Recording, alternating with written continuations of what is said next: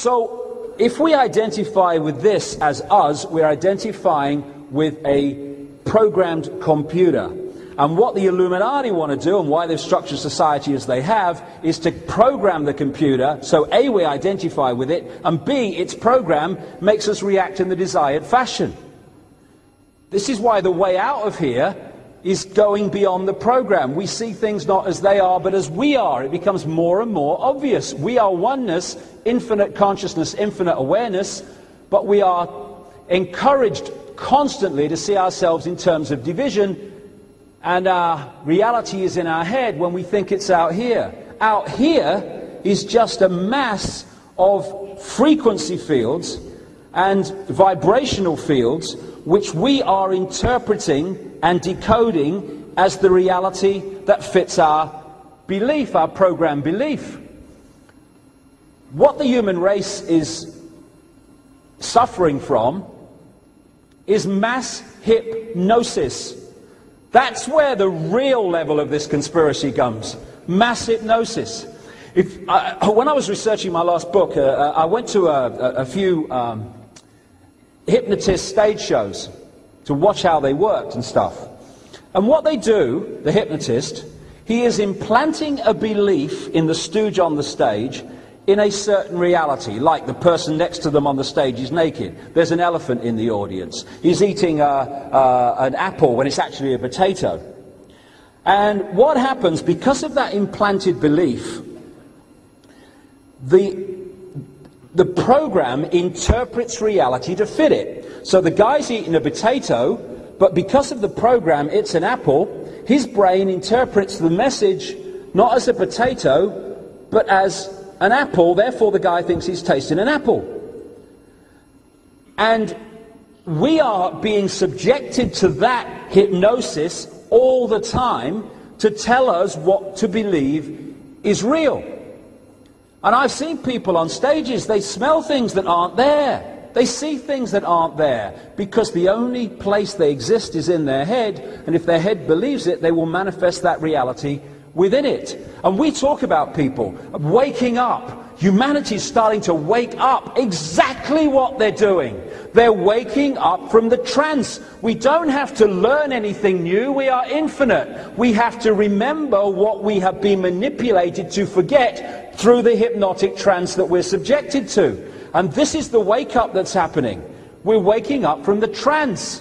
The elephant in the living room. The reason people don't see the obvious, that is obvious to people who've started to wake up, hey, I can see it now, is because the program is telling them something different. The reason they can't see the obvious is the same reason that a computer will not do something you want it to do if it doesn't have the software downloaded to do it.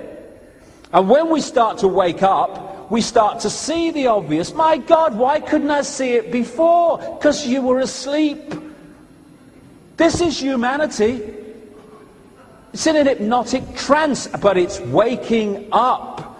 And what the Illuminati are desperate to do in this Orwellian state they're trying to impose is to keep us, A, asleep, and if they can't keep us asleep, then keep us controlled when we're awake.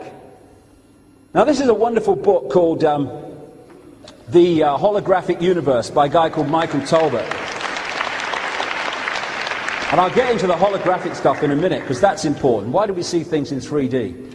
Because that's what we create in our heads, but I'll get into it. But he tells a wonderful story in this book, which really sums up where I'm going here. He says that his father had a party at home, and he got a stage hypnotist along to do party tricks. He got people to do all the usual stuff, and eventually he's got this guy called Tom, and he's got him to do various things by implanting belief, which he then takes to be reality. And towards the end, he said to Tom, when I bring you out from to a waking state, you're not going to be able to see your daughter in the room. At the same time, the hypnotist leads the daughter to stand in front of the guy, so he's looking in her belly. He then brings him out, and he says, can you see your daughter in the room? And he looks around, he says, no, she's not here. He's looking at her belly. The hypnotist went behind the daughter, and he put his hand in the small of her back and said to Tom, who's there on the other side, I'm holding something, Tom. What am I holding? Well, he was bemused because it was so obvious you're holding a watch. He says, there's an inscription on it. Can you read it? He leans forward. He reads the inscription. His bleeding daughter's here. And people would say, that's impossible, that's ridiculous. That David Icke would say that, it's so stupid. But it's not. Because the only place that scene existed in its three-dimensional, this is a physical word form, was in his head. Therefore, implanted belief, no daughter in the room. That implanted belief will not read the energy field of her daughter, of his daughter. It just won't read her because it perceives that she's not there. There's nothing to read. Because in this holographic movie that we create in our heads, the daughter is not there in belief, she's removed from the scene, and you can see what's behind her because it's all an illusory holographic scene in our heads where we interpret reality to suit our belief.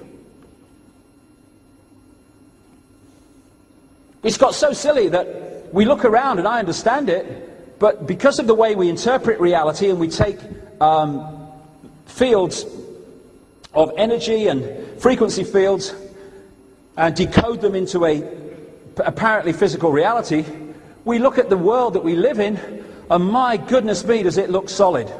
Does it feel solid if you smack it? Yeah, but it can't be, because it's made of atoms. That's what scientists say, it's made of atoms, yeah. Well, an atom is as least solid as you could come across. It's just what, from this reality's perception, although nothing is, it's just empty space. As one scientist said, if you take the atom to be the size of a cathedral, then the nucleus in the center of it is about the size of a 10-cent piece. On all these different electrons going around the nucleus and all that stuff, they're infinitesimally small compared with the space that they're occupying. The atom is empty. It's as least solid as you can get. And if you go deeper and deeper into the nucleus and deeper into the electron, you find that they're bloody empty as well. They're illusions. So how can empty atoms create a solid world? Only when we decode reality in that way. And in identifying who we are, not experiencing, it's good. You know, Leicester City nearly went down, but we've had a good season at the end, it's great. I enjoy the things that go on in this world to an extent. But if we identify with who we are with them and this world, that's when we get caught in the prison and get caught in the web.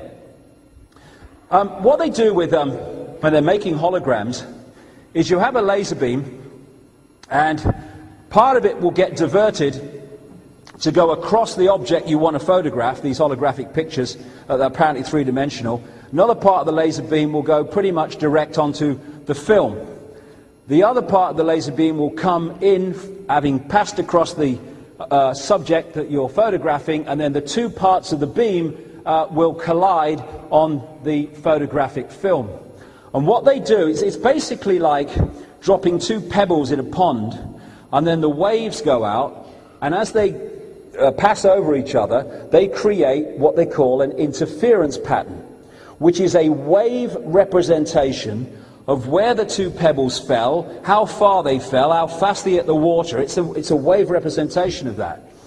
And what they have when they're creating holographic pictures, which are apparently 3D but aren't, is they create interference patterns on the photographic film where the two parts of the laser beam come in and collide. One carrying the vibrational image of the subject that's being photographed, the other one coming virtually direct.